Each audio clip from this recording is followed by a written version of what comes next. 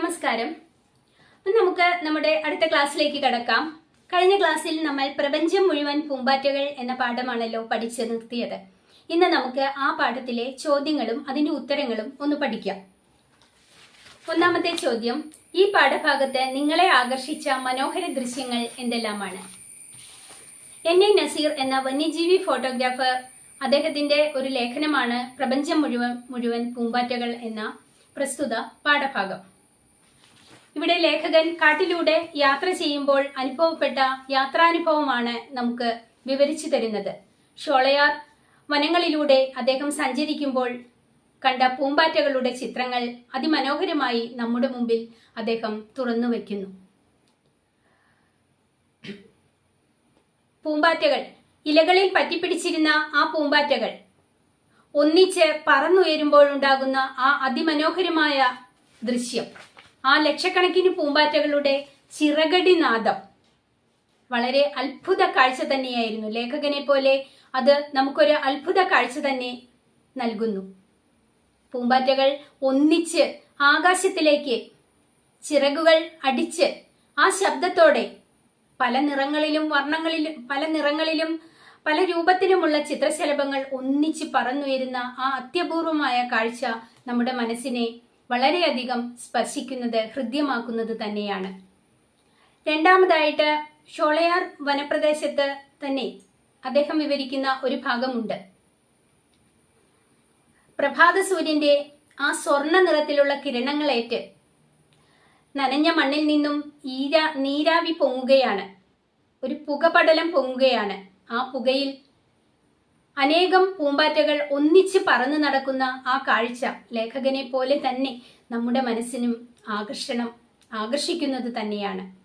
അപ്പോൾ പൂമ്പാറ്റകളുടെ ആ ഒന്നിച്ചുള്ള പറക്കൽ അത് വളരെ മനോഹരമായ ഒരു ദൃശ്യം തന്നെയാണെന്ന് നിസ്സംശയം നമുക്ക് പറയാം. രണ്ടാമത്തെ ചോദ്യം, ഷോളയാർ പുഴയോരത്തെത്തിയ യാത്രികനെയും സുഹൃത്തുക്കളെയും പരിഭ്രാന്തരാക്കിയ കാഴ്ചയെന്ത്? അവർ ആ പുഴയോരത്തെത്തിയപ്പോൾ അതൊരു ഇരുളടഞ്ഞ മഴക്കാടാണ്. പക്ഷേ അവിടെ മരങ്ങളിലെ എല്ലാം ഇലകൾ ഉണങ്ങി നിൽക്കുന്ന ഒരു കാഴ്ച കണ്ടു. ധാരാളം ജലവും അതുപോലെ ഇടതിങ്ങിയ വൃക്ഷങ്ങളും എല്ലാമുള്ള ആ പ്രദേശത്ത് കുറെ ഭാഗത്തെ മരങ്ങളിലെ ഇലകൾ മൊത്തത്തിൽ ഉണങ്ങി നിൽക്കുന്നത് കണ്ട ആ കാഴ്ചയാണ് അവരെ പരിഭ്രാന്തരാക്കിയത്. അടുത്ത ചോദ്യം, അന്ന് ആദ്യമായി ആ അത്ഭുതനാദം ഞാൻ കേട്ടു. ഇവിടെ അത്ഭുതനാദം എന്ന് വിശേഷിപ്പിച്ചത് എന്തിനെയാണ്? ലക്ഷക്കണക്കിന് പൂമ്പാറ്റകൾ ഒന്നിച്ച് പറന്നുയർന്നപ്പോൾ അവയുടെ ചിറകുകളിലെ ശബ്ദത്തെയാണ് അദ്ദേഹം അത്ഭുതനാദം എന്ന് പറയുന്നത്.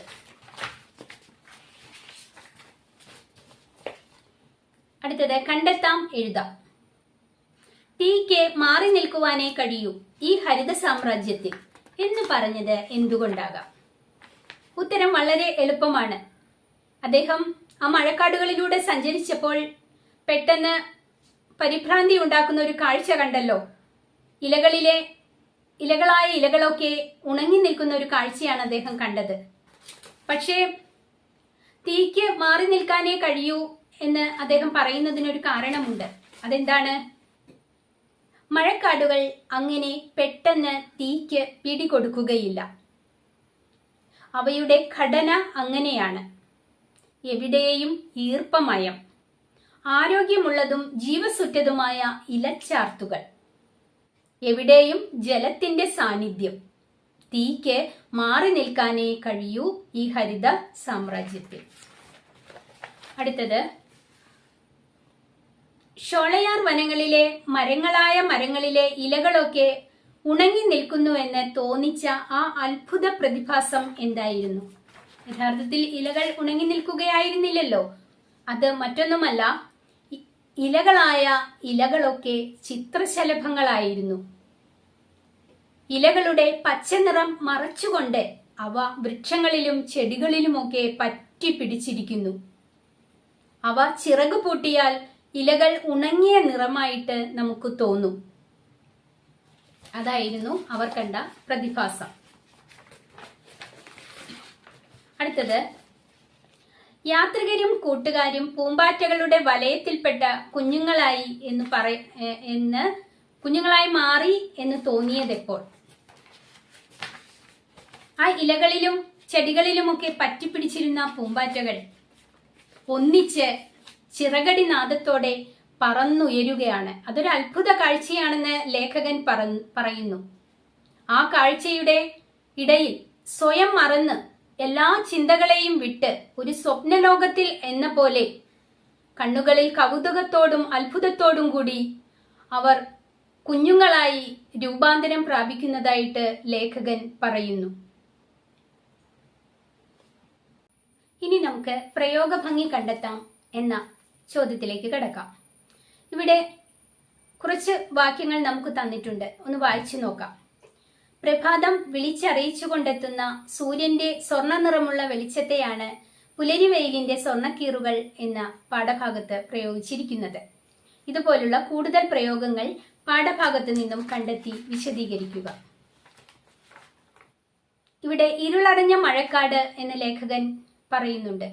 ഷോളയാർ വനങ്ങളിലെ മഴക്കാടിനെയാണ് അദ്ദേഹം ഇങ്ങനെ വിശേഷിപ്പിച്ചിരിക്കുന്നത്. ഇരുളടഞ്ഞ മഴക്കാട് എന്നാൽ ധാരാളം വൃക്ഷങ്ങൾ തിങ്ങി നിറഞ്ഞിരിക്കുന്നത് കൊണ്ട് ഇരുട്ട് പിടിച്ച് കിടക്കുന്ന ഒരു കാട് എന്നാണ് അർത്ഥം. അപ്പൊ ഇരുട്ട് നിറഞ്ഞ ഒരു കാടിനെയാണ് ഇരുളടഞ്ഞ മഴക്കാടെന്ന് വിശേഷിപ്പിച്ചിരിക്കുന്നത്. അതുപോലെ മറ്റൊന്നാണ് ഈർപ്പമാർന്ന മണ്ണടരുകളിൽ നിന്നും ഉയരുന്ന നീരാവി. പ്രഭാത സൂര്യന്റെ കിരണങ്ങളേറ്റ് നനഞ്ഞ മണ്ണിൽ പതിക്കുമ്പോൾ ആ നനഞ്ഞ മണ്ണിൽ നിന്നും നീരാവി ഉയരുന്നതിനെയാണ് ഇങ്ങനെ വിശേഷിപ്പിച്ചിരിക്കുന്നത്. ഇത് മനോഹരമായ ഒരു കാഴ്ച തന്നെയാണ്. അടുത്തത്, ബാല്യകാല സ്വപ്നങ്ങളിലേക്ക് അവ എന്നെ ചിറകു വിരിപ്പിച്ചുയർത്തി. പൂമ്പാറ്റകൾ ഒന്നിച്ച് പറക്കുന്നതും അതിന്റെ ഭംഗിയുമൊക്കെ കണ്ടിട്ട് ലേഖകൻ തന്റെ മനസ്സ് ബാല്യകാലത്തേക്ക് പോയിരിക്കുന്നു എന്നാണ് ഇവിടെ അർത്ഥമാക്കുന്നത്. മറ്റൊന്ന്, വനനിഗൂഢതകളുടെ ആഴം. കാടിന്റെ നിഗൂഢതയാണ് ഇവിടെ അർത്ഥമാക്കുന്നത്. കാട്, കൊടുങ്കാട്, അതിന്റെ പൂർണ്ണത എത്രയാണെന്ന് ആർക്കും ഇതുവരെ മനസ്സിലാക്കാൻ സാധിച്ചിട്ടില്ല. എന്തായാലും വളരെ പേടിപ്പെടുത്തുന്ന പലതും കാട്ടിലുണ്ടെന്ന് നമുക്കറിയാം. അതിന് അത്രമാത്രം നിഗൂഢതകൾ നിറഞ്ഞതാണ് അത്. അപ്പൊ കാടിന്റെ ആ നിഗൂഢതയുടെ വലിപ്പം അതാണ് ഇവിടെ അർത്ഥമാക്കുന്നത്. ഇങ്ങനെയുള്ള പ്രയോഗങ്ങൾ നമുക്ക് ഈ പാഠഭാഗത്ത് കാണാൻ സാധിക്കുന്നതാണ്. അടുത്തത്, ഇടശബ്ദം ചേർത്തും ചേർക്കാതെയും. അർത്ഥം കിട്ടാൻ വേണ്ടി പദങ്ങൾക്കിടയിൽ ചേർക്കുന്ന ശബ്ദത്തിനെയാണ് നമ്മൾ ഇടശബ്ദം എന്ന് പറയുന്നത്. സാധാരണയായിട്ട് നമ്മൾ ആയ, കൊണ്ടുള്ള, ആകുന്ന തുടങ്ങിയ ശബ്ദങ്ങൾ ഇങ്ങനെ ചേർക്കാറുണ്ട്. ഇവിടെ 2 ഉദാഹരണങ്ങൾ തന്നിട്ടുണ്ട്. കാതിൽ വീണ്ടും ചിറകുകളുടെ മൃദുവായ മന്ത്രണം. മൃദുവായ, അവിടെ ആയ എന്ന പദം ആണ് നമ്മൾ ചേർത്തിരിക്കുന്നത്. അത് ഒഴിവാക്കിയാൽ മൃദുമന്ത്രണം എന്നാകും. അതുപോലെ മഴക്കാടിന്റെ ഹൃദയത്തിന്റെ ഭാഗത്തായിരിക്കണം. ഇവിടെ ഹൃദയത്തിന്റെ ഇന്റെ എന്ന ഒരു ഇടശബ്ദം ചേർത്തിരിക്കുന്നു. ഇന്റെ എന്ന ഇടശബ്ദം ഒഴിവാക്കിയാൽ ഹൃദയഭാഗത്തായിരിക്കണം എന്നാണ് വരുന്നത്. മറ്റൊരു ഉദാഹരണം, വനനിഗൂഢതകളുടെ ആഴം. ഇവിടെ വനത്തിലെ നിഗൂഢതകളുടെ ആഴം, വനത്തിലെ ലേ എന്ന ഇടശബ്ദം ഒഴിവാക്കാൻ നമുക്ക്. അപ്പോൾ വന നിഗൂഢതകളുടെ ആഴം എന്ന് വരും. ഇങ്ങനെയുള്ള ധാരാളം ശബ്ദങ്ങൾ നമുക്ക് ഈ പാഠഭാഗത്ത് കണ്ടെത്താൻ സാധിക്കും. ഇനി നമുക്ക് വിശകലനം ചെയ്യാമെന്ന ഭാഗത്തേക്ക് കടക്കാം. പൂമ്പാറ്റകളൊക്കെ കാറ്റിന് എന്നെ വിട്ടുകൊടുക്കാതെ വന്നു പൊതിഞ്ഞു നിന്നു. ഈ വാക്യം കൊണ്ട് എഴുത്തുകാരൻ അർത്ഥമാക്കുന്നതെന്താകാം? വിശകലനം ചെയ്ത് കുറിപ്പെഴുതുക. അദ്ദേഹം ഷോളയാർ വനത്തിലൂടെ സഞ്ചരിക്കുമ്പോൾ പൂമ്പാറ്റകളെ കണ്ട കാഴ്ചയാണ് ഇവിടെ വർണ്ണിക്കുന്നത്. ഒരു ദിവസം പ്രഭാതത്തിൽ സൂര്യൻ ഉദിച്ചുയർന്ന സമയത്ത് സൂര്യരശ്മികൾ ആ നനഞ്ഞ മണ്ണിൽ പതിച്ചപ്പോൾ ഉയർന്ന നീരാവിയിൽ അവിടെ ഉണ്ടായിരുന്ന പൂമ്പാറ്റകളെല്ലാം ഒന്നിച്ച് പറന്നു നടക്കുന്ന കാഴ്ച, ആ അതിമനോഹരമായ കാഴ്ച അദ്ദേഹം കാണുകയുണ്ടായി. ആ കാഴ്ച കണ്ടപ്പോൾ അദ്ദേഹത്തിന്റെ മനസ്സ് ചിറക് വിരിച്ച് പൂമ്പാറ്റകളെ പോലെ ചിറക് വരിച്ച് നൃത്തം ചെയ്യുന്നു. കൂടാതെ അദ്ദേഹത്തിന്റെ മനസ്സ് ബാല്യകാലത്തിലേക്ക് പോവുകയും ചെയ്തു എന്നാണ് പറയുന്നത്. ആ ഭംഗിയുള്ള പൂമ്പാറ്റകൾ പറക്കുന്നത് കണ്ടപ്പോൾ അദ്ദേഹവും അവരെ പോലെ ഒരു പൂമ്പാറ്റയായിട്ട് മാറുന്നു, ഒരു കുഞ്ഞു പൂമ്പാറ്റയായിട്ട് മാറുന്നു.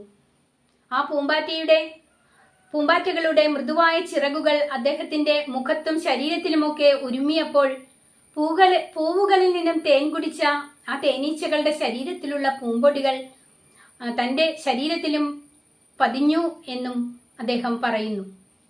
ആ പൂമ്പാറ്റകളെ പോലെ തന്നെ അദ്ദേഹവും ഒരു പൂമ്പാറ്റയായി മാറി. മനസ്സ് പൂർണ്ണമായിട്ടും ആ പൂമ്പാറ്റകളിലേക്ക് ലയിച്ചു ചേർന്നു എന്നാണ് ഇവിടെ അർത്ഥം.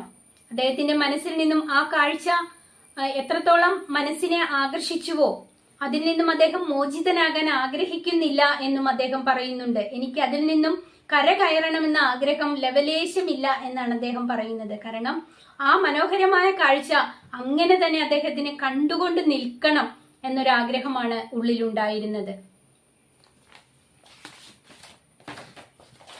അടുത്തതിലേക്ക് പോകാം. നിരീക്ഷിക്കാം, വർണ്ണിക്കാം. നിരീക്ഷണം എന്താണ്? നമ്മുടെ ചുറ്റുമുള്ള കാര്യങ്ങൾ നമ്മൾ സസൂക്ഷ്മം നോക്കിക്കാണുക. എന്നിട്ട് അതിൽ നിന്നും പലതും ഉൾക്കൊണ്ടിട്ട് നമ്മളൊന്ന് അതെന്താണെന്ന് വർണ്ണിക്കണം.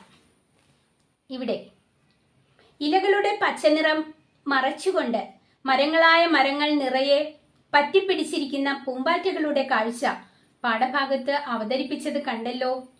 നമ്മുടെ ചുറ്റും ഇതുപോലെ ധാരാളം ചെറുജീവികൾ ഭംഗിയുള്ള കാഴ്ചകൾ ഒരുക്കുന്നുണ്ട്. അവ നിരീക്ഷിച്ച് വർണ്ണന തയ്യാറാക്കുക. നിങ്ങളോട് സ്വയം ഒരു നിരീക്ഷണം നടത്തി വർണ്ണന തയ്യാറാക്കാനാണ് ആവശ്യപ്പെട്ടിരിക്കുന്നത്. ഇവിടെ നമുക്ക് പൂമ്പാറ്റകളെ കുറിച്ചുള്ള ഒരു വർണ്ണനയാണ് ലേഖകൻ തന്നിരിക്കുന്നത്. നമ്മളും പല കാര്യങ്ങളും കണ്ടിട്ടുണ്ട്.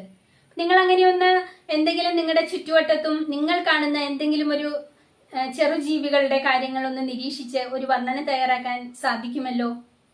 ഞാനൊരു ചെറിയ ഉദാഹരണം ഇവിടെ തരാം. ഞാൻ വർണ്ണിക്കുന്നത് മറ്റൊന്നിനെയുമല്ല, ഒരു മിന്നാമിനിങ്ങിനെ കുറിച്ചാണ്. നല്ല രാത്രിയായി. ഞാൻ മുറ്റത്ത് അങ്ങനെ നിൽക്കുമ്പോൾ ആകാശം മുഴുവൻ നക്ഷത്രങ്ങളെ കൊണ്ട് നിറഞ്ഞിരിക്കുന്നു. ഇടയിൽ അർദ്ധവൃത്താകൃതിയിൽ ചന്ദ്രനും. ആ മനോഹരമായ കാഴ്ച ഞാൻ അങ്ങനെ കണ്ടുകൊണ്ട് നിൽക്കുമ്പോൾ എൻ്റെ അടുത്ത് ഒരു നക്ഷത്രം വന്ന് വീണതായിട്ട് എനിക്ക് തോന്നി. ഞാൻ ഞെട്ടിപ്പോയി. ഞാൻ ഇത്രയും നേരം നോക്കിക്കൊണ്ട് നിന്ന ആ മനോഹരമായ നക്ഷത്രം ഇതാ എൻ്റെ അടുത്തുകൂടെ പറന്നു പോകുന്നു. ഞാൻ സൂക്ഷിച്ചു നോക്കി. ഇല്ല, അത് നക്ഷത്രമല്ല, ഒരു മിന്നാമിനിങ്ങ് പറക്കുന്നതാണ്. കറുത്ത ആ കൂരിരുട്ടിൽ മിന്നിത്തിളങ്ങുന്ന ആ കുഞ്ഞു ജീവി അങ്ങനെ സഞ്ചരിച്ചപ്പോൾ എൻ്റെ മനസ്സിന് അത് എത്ര നല്ലൊരു ദൃശ്യമാണ് ഒരുക്കിയത്. ഞാൻ വീണ്ടും സൂക്ഷിച്ചു നോക്കി. ഒന്നല്ല, ഒന്നിലധികം മിന്നാമിനുകുകൾ. അവർ കൂട്ടത്തോടെ അങ്ങനെ ആ ഇരുട്ടിൽ പറന്നു നടക്കുകയാണ്. പകൽ സമയത്ത് നമുക്ക് കാണാൻ സാധിക്കാത്ത ഒരു കാഴ്ച തന്നെയാണ് അത്. ഞാൻ വളരെ നേരം നോക്കി നിന്നു. എന്തു ഭംഗിയാണ്! ഇരുട്ടിൽ, ആ കറുത്ത ഇരുട്ടിൽ സ്വർണ്ണ നിറത്തിൽ ആ മിന്നി മിന്നി തിളങ്ങുന്നത്. ആ കാഴ്ച ഞാൻ മതി വരുവോളം നോക്കി നിൽക്കാൻ എനിക്ക് സാധിച്ചില്ല. കുറച്ചു കഴിഞ്ഞപ്പോഴേക്കും ആകാശമെല്ലാം മേഘാവൃതമാവുകയും ചെറിയ മഴ പെയ്യാനും തുടങ്ങി. അതോടുകൂടി ആ ഭംഗിയുള്ള മിന്നുകളും എവിടേക്കോ മറഞ്ഞുപോയി. എന്തായാലും കുറേ സമയത്തേക്ക് എൻ്റെ കണ്ണിന് ഒരു ദൃശ്യവിരുന്നൊരുക്കുക തന്നെ ആ ചെറുജീവികൾ ചെയ്തു. ഇതാണ് ഞാൻ നിങ്ങൾക്ക് എൻ്റെ ഒരു നിരീക്ഷണവും ഒരു വർണ്ണനയും തന്നിരിക്കുന്നത്. അപ്പം ഇതുപോലെ നിങ്ങൾക്കും നിങ്ങളുടേതായ രീതിയിൽ ഒരു വർണ്ണന നടത്താവുന്നതാണ്. ഏകദേശം പാഠഭാഗവുമായുള്ള ചോദ്യത്തിൻ്റെ ഉത്തരങ്ങളെല്ലാം ഞാൻ പറഞ്ഞു തന്നിട്ടുണ്ട്. അപ്പം നമുക്ക് ഇനി അടുത്ത ക്ലാസ്സിൽ കാണാം. അതുവരെ